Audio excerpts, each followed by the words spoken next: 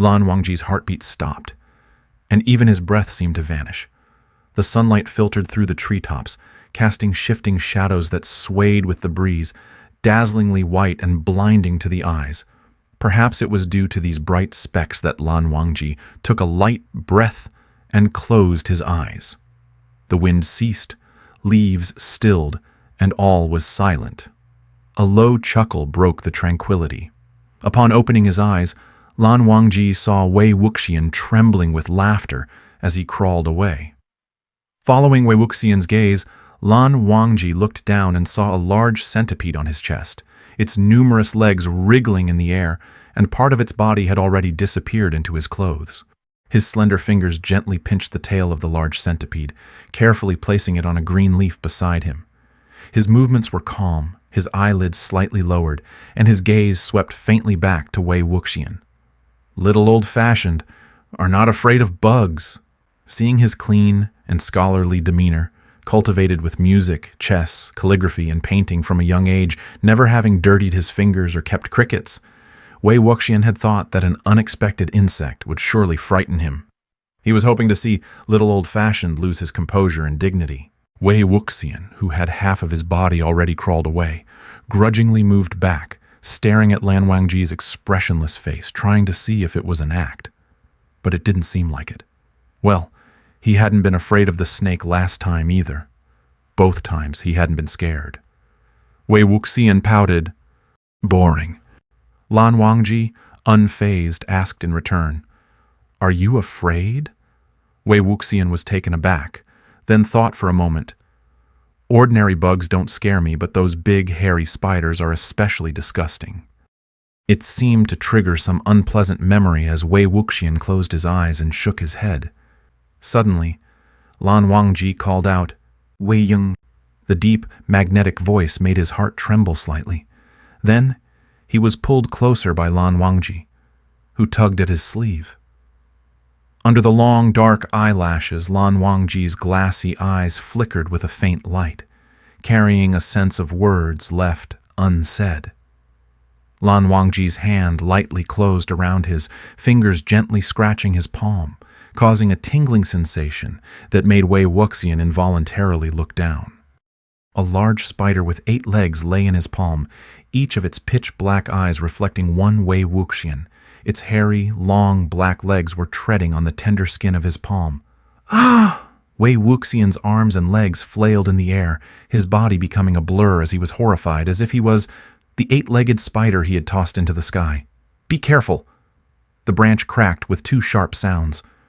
Before he could even cry out in alarm, 2 heavy objects collided into a heap, falling heavily to the ground, and startling a flock of crows into loud cries.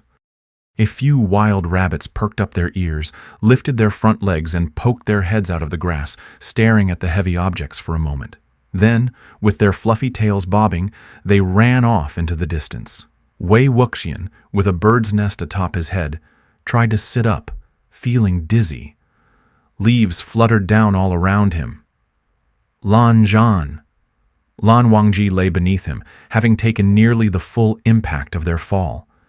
In his excitement, a few bits of grass atop Wei Wuxian's head fell off, causing Lan Wangji to frown slightly. Hastily, Wei Wuxian tried to help by brushing them away, but his sleeve only shook off more debris, inadvertently making things worse. He puffed up his cheeks and blew a strong breath. Lan Wangji squinted from the gust, his long lashes fluttering gently. His high nose cast a pleasing shadow, and their soft lips slightly parted. Halfway through blowing, Wei Wuxian's gaze inevitably drifted downwards. Lan Wangji's collar had been pulled open a little, revealing a hint of his collarbone. As he sat up, a few bits of grass fell with him, slipping under his collar and clinging to the curves of his chest, rising and falling with his breaths. Lan Wangji followed Wei Wuxian's gaze and lowered his eyes. After a moment of hesitation, he seemed unsure whether he should reach under his clothes to retrieve the grass or unfasten his robes to clean them out. Either way, it seemed improper and slightly indecent. Beneath his still cool demeanor, there was a hint of awkwardness and indecision. This helpless and embarrassed look reminded Wei Wuxian of the moonlit night when they first met. when Lan Wangji was dragged into the flower bushes, unprepared and defenseless, looking coldly elegant, yet completely at the mercy of his captor. The surroundings fell silent. Wei Wuxian's slightly darkened gaze met Lan Wangji's. The cold yet elegant person was abruptly pushed, and two soft lips pressed firmly against his mouth. Lan Wangji felt as if he had been under a paralysis spell, his entire body stiff and afraid to move. The other's warm breath rose and fell where they were closely pressed, lightly colliding with his own breaths. That small patch of skin instantly became extraordinarily sensitive. Amid the subtle trembling, it felt as though a heartbeat was being transmitted through the delicate friction. Lan Wangji could feel each sensation acutely. It seemed as if this touch had stimulated a nerve deep within him that had never been touched before. The silence was becoming somewhat frightening, utterly quiet. Two wild rabbits' long ears froze in place for a moment. After a long while, Wei Wuxian suddenly stood up, seemingly startled by his own actions. Lan Wangji's gaze was unfocused, as if his soul had left his body. Wei Wuxian stammered, trying to speak but could hardly utter a word. He had actually kissed Lan Wangji? Before he could think any further, his head was suddenly struck hard by something. Ah! That hurts. His head, which had a bird's nest, was now in disarray with broken bits falling to the side. Semi-transparent goo slowly trickled from his hair down to his shoulder, with some pieces of eggshell mixed in.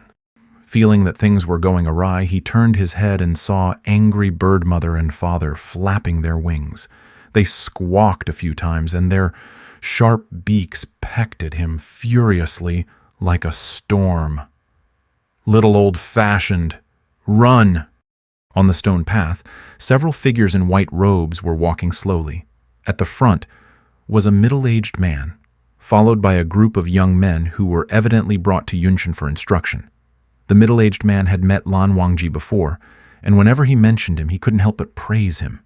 He said to Lan Qiren beside him, "Second young Master Lan has been a model of noble family since childhood.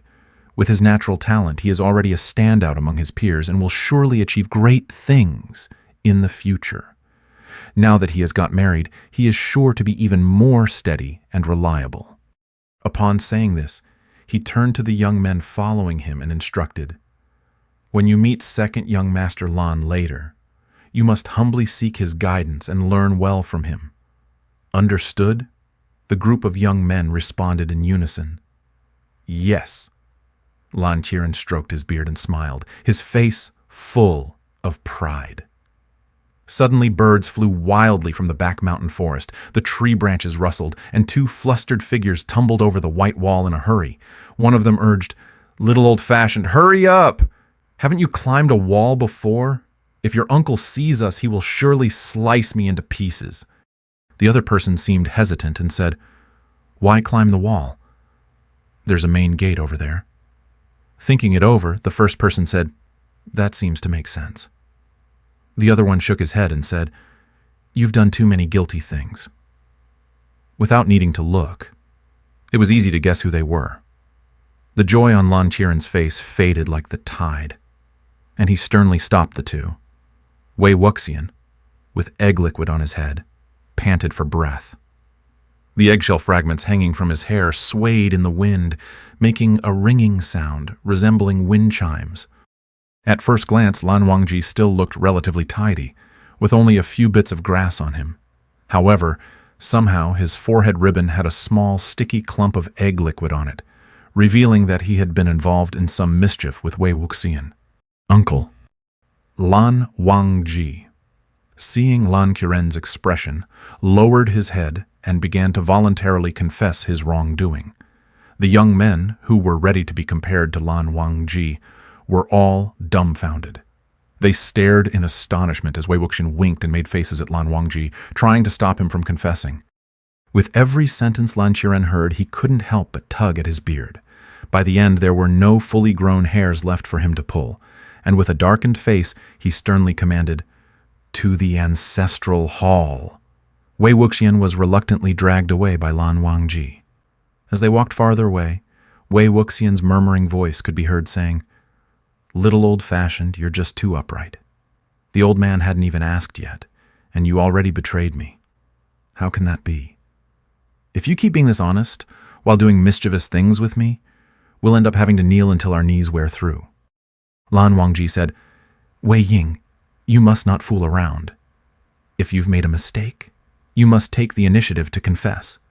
Wei Wuxian replied, Confess? There's so much to talk about then. Are you also going to confess about erotic pictures I have hidden under my pillow? And what about the Emperor's smile under the bed? Lan Wangji said, We have Emperor's smile under our bed. For a moment the courtyard fell silent with no one making a sound. Lan Qiren stood in a daze for a moment, then shouted, Scoundrel! Scoundrel! That Wei Ying, he's simply a scoundrel. The middle-aged family elder watched the two as they walked away, showing a look of realization mixed with amazement.